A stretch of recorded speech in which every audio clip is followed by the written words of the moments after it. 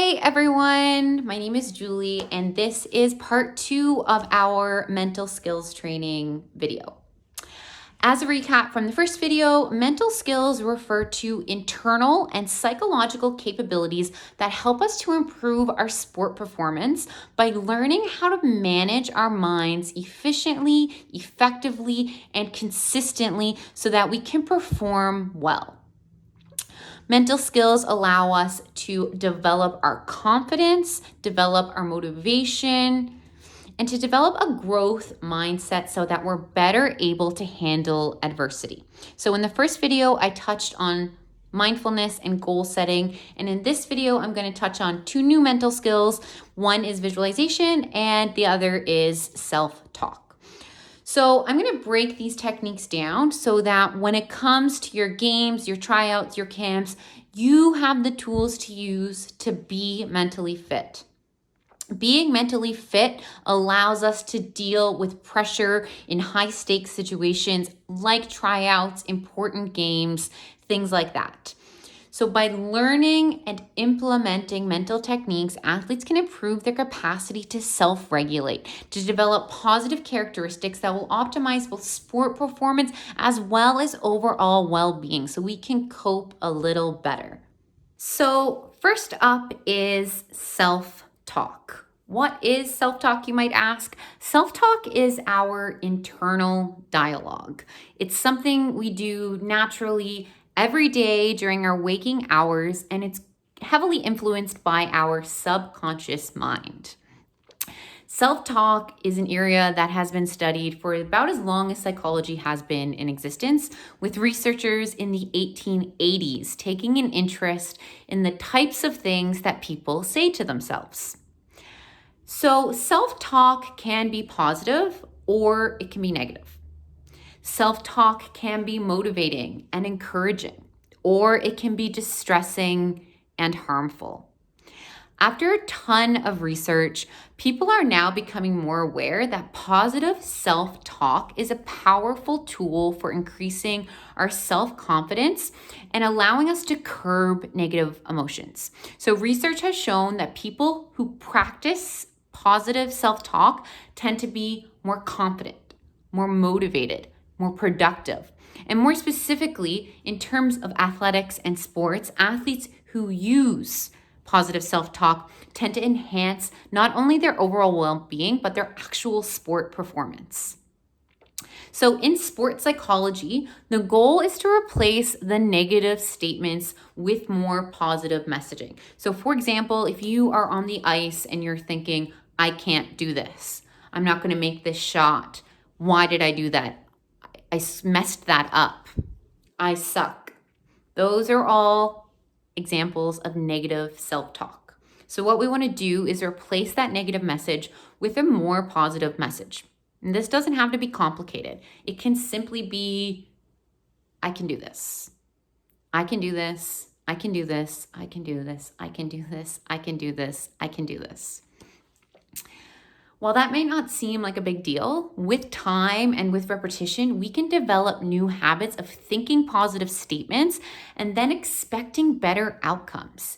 It's this connection between the words and the belief that is the ultimate goal of this technique. So how do we do it? Well, it's pretty simple. We choose a mantra. So as I said, it could be, I can do this. Or it could be, I am strong. I am fast. I am powerful. I got this. Whatever works for you. Couple of things to keep in mind here. We want the statements to be simple, to be short, and to be positive. And then we just repeat them to ourselves. Usually this happens silently within our own heads. It could happen in your car on the way to the game, on the way to the tryout. It could happen on the bench in between plays as you're prepping to go back on. It could happen literally while you're on the ice trying to get down skating as fast as you can. I can do this, I can do this, I can do this.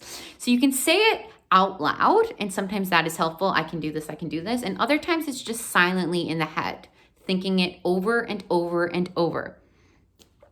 So like any new skill, it takes practice.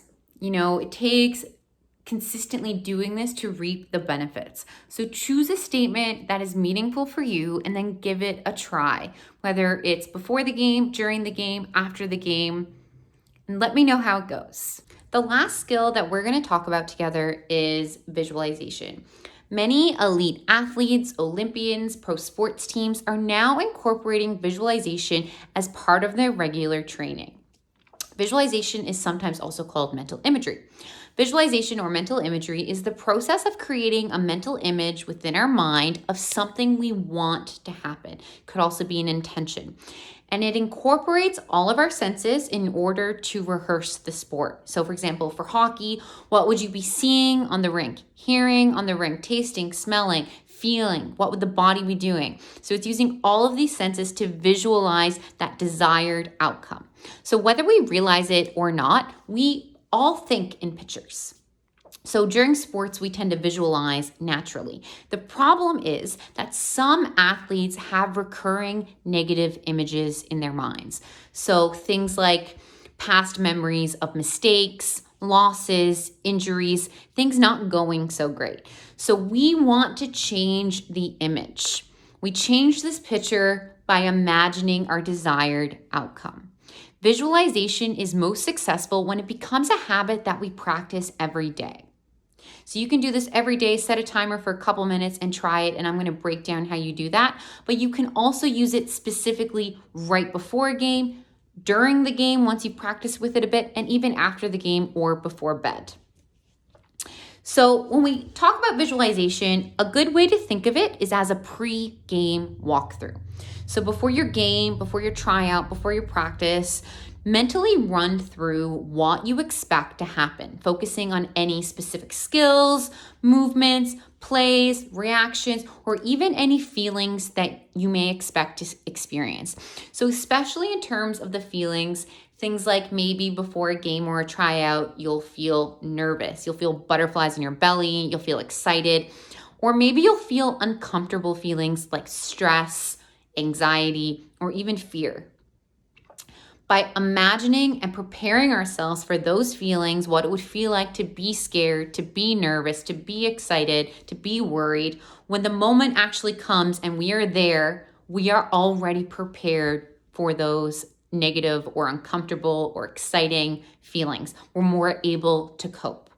So when athletes visualize or imagine a successful outcome, so maybe that's scoring the goal, winning the game, they actually stimulate the same brain regions as if they physically performed the action. So it's pretty miraculous. This is kind of a growing field in neuroscience right now, but we are strengthening the connections within our brain by simply imagining it. So we're able to work our brains by only visualizing, imagining these outcomes. The neurons are firing up and working. So we're getting the benefits without physically doing the work. The more we mentally rehearse our performance, the more it becomes habituated in our minds. Visualization is a way of conditioning our minds for successful outcomes. So let's break it down. How do we do it? So first, you want to visualize the scene, so the hockey rink, for example, from a first-person perspective. So what that means is that you're seeing it through your own eyes as if you were physically there on the ice at the game. And then you want to use as many senses as possible. What would you be hearing if you were there? Perhaps it would be the skates on the ice, the sounds of hitting the boards, the roaring of the crowd. What would you be seeing? What are the images?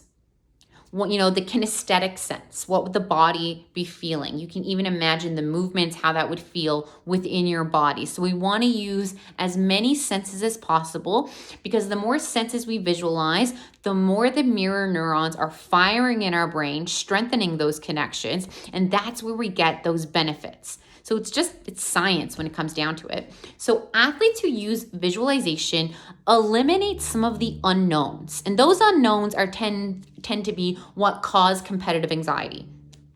And it allows us to emotionally prepare for challenges that we may face in high pressure situations, like the important games, the camps, the tryouts.